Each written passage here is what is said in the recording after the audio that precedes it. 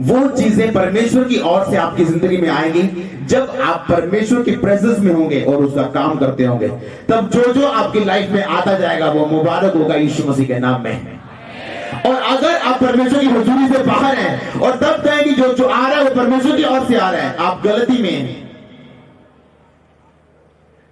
इस्राएलियों ने कब खोया परमेश्वर की प्रेजेंस को? जब उन्होंने परमेश्वर की वाचा को पूरा नहीं किया।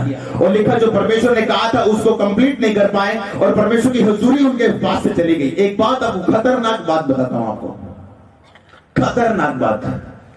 आप कभी भी अपने गिफ्टों को महसूस नहीं कर सकते। आप इस बात को ध्यान से समझना।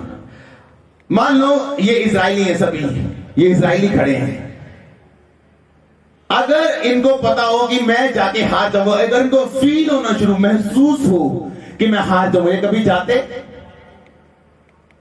इसका मतलब क्या है? जब वो दूसरी बार लड़ने के लिए गए और हार के वापस आए, इसका मतलब उन्हें कोई भी चीज की महसूस नहीं, उन्हें कुछ भी महसूस नहीं हो रहा था। आप कभी परमेश्वर की लाइन को महसूस नहीं कर सकते।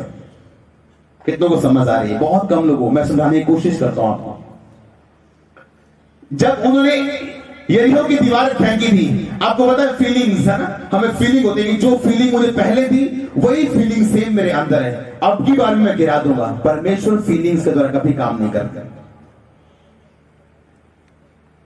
अगर वो फीलिंग्स के साथ काम करते तो दूसरी बार वो उन्होंने बोला यार फील नहीं हो रहा, आज कुछ फील नहीं हो रहा कि मैं जामा दिन पर वो काम करके, मुझे फील नहीं हो रहा, इसलिए तो खेत रह गए हूं। और जो गए और देखा कि हार के वापस आ गए, बाद में पता कि नहीं, परमेश्वर की प्रेजेंस मेरे नाल ही नहीं है। क्योंकि परमेश्वर की प्रेजेंस को आप कभी फील नहीं कर सकते। जो आप फील करते हैं चर्च में, वो परमेश्वर की पावर है, प्रेजेंस में। सबसे खतरनाक बात क्या है? आप परमेश्वर की प्रेजेंस को फील नहीं कर सकते। आप फील नहीं करते कि हाँ आज है, कल फील नहीं हो रही, नहीं आज नहीं है। ये खतरनाक बात है। क्योंकि परमेश्वर का आत्मा जब आपकी जिंदगी से जाता है, वो आवाज करके नहीं जाता, वो बता के नहीं जाता, वो फील करा के नहीं जाता। आदम परमेश्वर की प्रेजेंस में था और परमेश्वर उसकी सारी जरूरतों को पूरा करता जा रहा था। आदम काम कर रहा था और परमेश्वर उसकी सारी जरूरतों को पूरा करता जा रहा था। आदम एक सेटिस्फाइड, एक कंटेंट इंसान था। बाइबल बताती है आदम एक सेटिस्फाइड इंसान था। क्यों? क्योंकि परमेश्वर की प्रेजेंस में रह के जब आप परमेश्वर के दिए गए कामों को करते हैं, आपकी हर जरूरत को पूरा करना ये परमेश्वर की जिम्मेवारी है। आपको हर बंधन से निकालना ये परमेश्वर का काम है। आपको वो चीज देना जिसके लिए परमेश्वर ने आपको अपने पास बुलाया है, ये परमेश्वर का काम है। कितनों को समझ आ रही मेरी बातें आज? इसलिए शैतान का सबसे बड़ा काम क्या है? आपको इस अज्ञानता में रखना, आपको पाप में रखना और परमेश्वर के वचन से दूर रखना, ताकि आपके जीवन में कभी भी परमेश्वर का अभिषेक ना पाए और आप उसकी प्रेजेंस के साथ कभी वफादार न रहने पाए। आदम एक प्रॉफिट था, एक भविष्यवक्ता था। आदम एक प्रॉफिट था। जब भी वो चीजों को देखता था उनके नाम लेके, ये क्या है, ये नीम है, ये करेला है, ये भिंडी है, ये आदम ने नाम रखे सारे, ये शेर है, ये कुत्ता है, ये गधा है, आदम ने नाम रखे सारे। और जब हवा को उसके बीच से निकाला गया तो परमेश्वर ने इंट्रोड्यूस नहीं किया, आदम ये हवा है। आदम ने देखते ही कहा तू नर में से निकाली गई, तू नारी कहलाएगी। क्योंकि आदम बाइबल में लिखा परमेश्वर की हुजूरी में रह के काम कर रहा था। कब इस्राएलियों ने अपनी हजूरी को खोया? जब एकान ने पाप कर लिया, लालच कर लिया कुछ चीजों का। आप भी उतने पापी हैं अगर आप अपने पति की पापी कमाई को खाते हैं। आप भी उतने पापी हैं अगर आप अपनी पत्नी की पापी कमाई को खाते हैं। आप भी उतने पापी हैं। हन्ना और सफीरा दोनों सेम पापी थे, दोनों को सेम सजा मिली। अकान ज्यादा पापी नहीं था। जब वो छुपा रहा था उसकी पत्नी जानती थी, वो भी पापी थी उसके साथ। उसके बच्चे जानते, पिता ये क्या कर रहे हो? बेटा किसी को बोलना नहीं, ये चांदी, ये सोना, ये कपड़े हैं हमारे लिए, फ्यूचर में काम आएंगे। पिताजी बोला है, यीशु मसीह ने, यहोवा ने बोला नहीं रखना। बेटा तेरे को चुप कर, तेरे को कुछ नहीं पता। समझदार बनिया कर, पैसे ना चलना आपा बात कल बाइबल खाएगा, खाना तो रोटी है ना, तो रोटी कितना होगी? पैसे ना, चुप कर जा। गेजी और अलीशा में एक फर्क था। अलीशा अमीर इंसान था, गेजी गरीब इंसान था।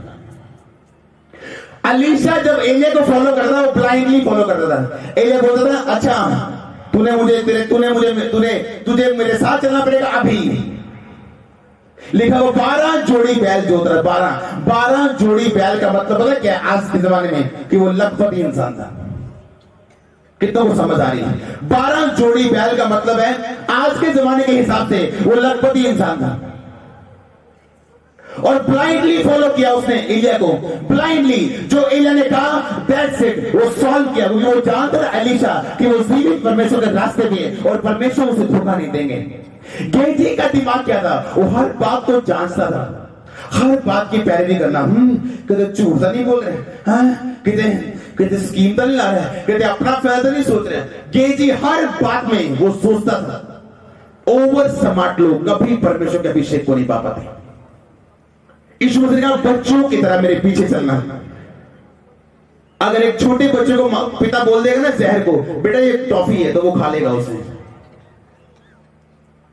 जवान को खिला के दिखाओ, कहेगा डैडी तू मैनू मरवाना। कितनों को समझ आ रही है? इसीलिए अलीशा कामयाब सेवक था और गेजी एक नाकामयाब सेवक था। ऐसे लोग हैं बाइबल में जिन्होंने ब्लाइंडली फॉलो किया है और परमेश्वर ने उनको इज्जत की, उनको ऑनर किया।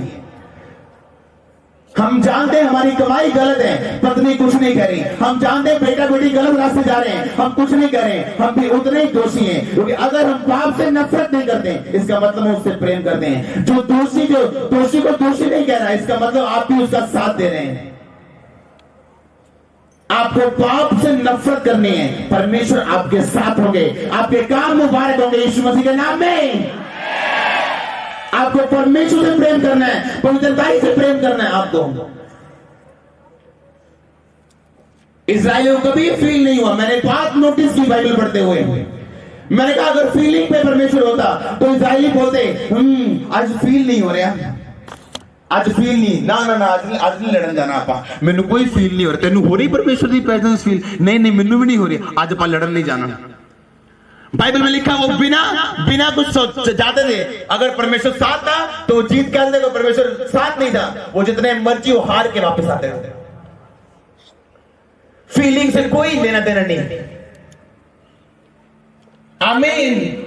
जो आप महसूस करते हैं चर्च में, वो पवित्र आत्मा की हुजूरी नहीं है, वो पवित्र आत्मा की सामर्थ है जो आप महसूस करते हैं। हालेलुया। बाइबल में लिखा उन जो पाप से नफरत करने वाले, पौलुस पाप से नफरत करने वाला इंसान था। उसने पाप के विषय में खुल के बोला, किसी को नहीं छोड़ा, किसी को नहीं बख्शा। सबसे बड़ी गलती क्या थी एली की? कहता है मेरे बेटो ऐसा काम ना किया करो, तुम यहोवा के पाप करते हो, ऐसा करते हो, वैसा करते हो। टार नहीं मारी, भगाया नहीं बेटों को। क्यों? बेटों से ज्यादा प्रेम था, परमेश्वर से कम प्रेम था। परमेश्वर ने कहा एली मुझे तुझसे यही गिला है कि तू अपने पुत्रों का आदर मुझसे ज्यादा करते हैं। अगर टांग मार के भगाया होता वहां से, या जब भी गुस्से उतारा होता, उनको शर्मिंदा किया होता, तो नरक में ना जाते हैं। उसकी पत्नी ने अगर सैंड लिया होता तो बच्चा जमते जमते वो मरती ना। पाप का साथ देने वाला भी उतना ही दोषी है जितना पाप करने वाला दोषी है। हमें डर लगता है कई बार, हाय हम इसको न खो दें, इसको न खो दें। अगर हम बोलेंगे तो ये ना चला जाए, वो चला जाए, परमेश्वर ना जाए यीशु मसीह के नाम में, वो ना जाए आपकी लाइफ से। दुनिया आपका पीछा करेगी यीशु मसीह के नाम में, रिश्तेदार वो पीछा करेंगे यीशु मसीह के नाम में। जो कुछ तुम मेरे लिए खोएगा वो सब तुम मेरे लिए पाएगा। अगर तुम्हें बच्चों को माता पिता लिखत जो कुछ तुम मेरे लिए त्यागा तो 100 गुना पाएगा और परलोक में अनंत जीवन को पाएगा। जो लोग थे मेरे रिश्तेदारों में बोलते अगर तूने परमेश्वर को माना ऐसा हो जाएगा। हम भविष्यवाणी करते हैं, पछता के एक दिन वापिस आएगा। आज वो पछता के आते, मेरे पास टाइम नहीं है मिलने का। ये सच्चाई है, टाइम नहीं है मेरे पास। मैं बिजी हूं परमेश्वर की प्रेजेंस में, शुरू से बिजी रहा हूं, आज तक बिजी हूं। सारा दिन में कभी मेरे को कोई काम नहीं कि मैं 24 घंटे में ऑफिस में होता हूं, लेकिन मैं बिजी हूं परमेश्वर की प्रेजेंस में। मैं जानता हूं मेरी तरक्की का राज कोई नहीं है, सिर्फ परमेश्वर की प्रेजेंस। क्यों दुश्मन हमें शर्मिंदा नहीं कर पाए, और जब अटैक करते कोई शर्मिंदा होते, परमेश्वर की प्रेजेंस उसको नहीं जाने दिया। लोग जाते जाए, लोग कुछ बोलते बोले, कोई मायने नहीं करता, परमेश्वर हमें दोषी न ठहराए। हालेलुया। उसकी पत्नी ने नहीं कहा अकान ये क्या है, क्या छुपा रहे हो तुम। कुछ पत्नियां छुपाती हैं अपने पाप को पास्टर से, और जब फल भोगती है तो पास्टर के पास क्लियर कराने के लिए वो ये नहीं बताती, हमको पता है। उसने कहा नहीं बच्चों ने, डैडी क्या कर रहे हो, ये तो मना किया ये होशी ने। अरे चुप कर, तुम ज्यादा पता है, कमाना दूंगा मैं, चुप कर, करने दे काम मेरे को, बाद में यही पैसा बेटा काम आने वाला है। सोना चांदी, ये देख कितनी अच्छी सोना चांदी, गाड़ी लेंगे, रथ लेंगे, देख कितना कुछ लेंगे। देख गुआंडी को 2 रथ, वो 4 लेके साड़ांगे उन। पति ने नहीं कहा रहने दो, हमें क्या करने पैसे, परमेश्वर के हुक्म में रहेंगे, पैसा आने जाने पैसा आ जाएगा तो परमेश्वर के हुक्म में।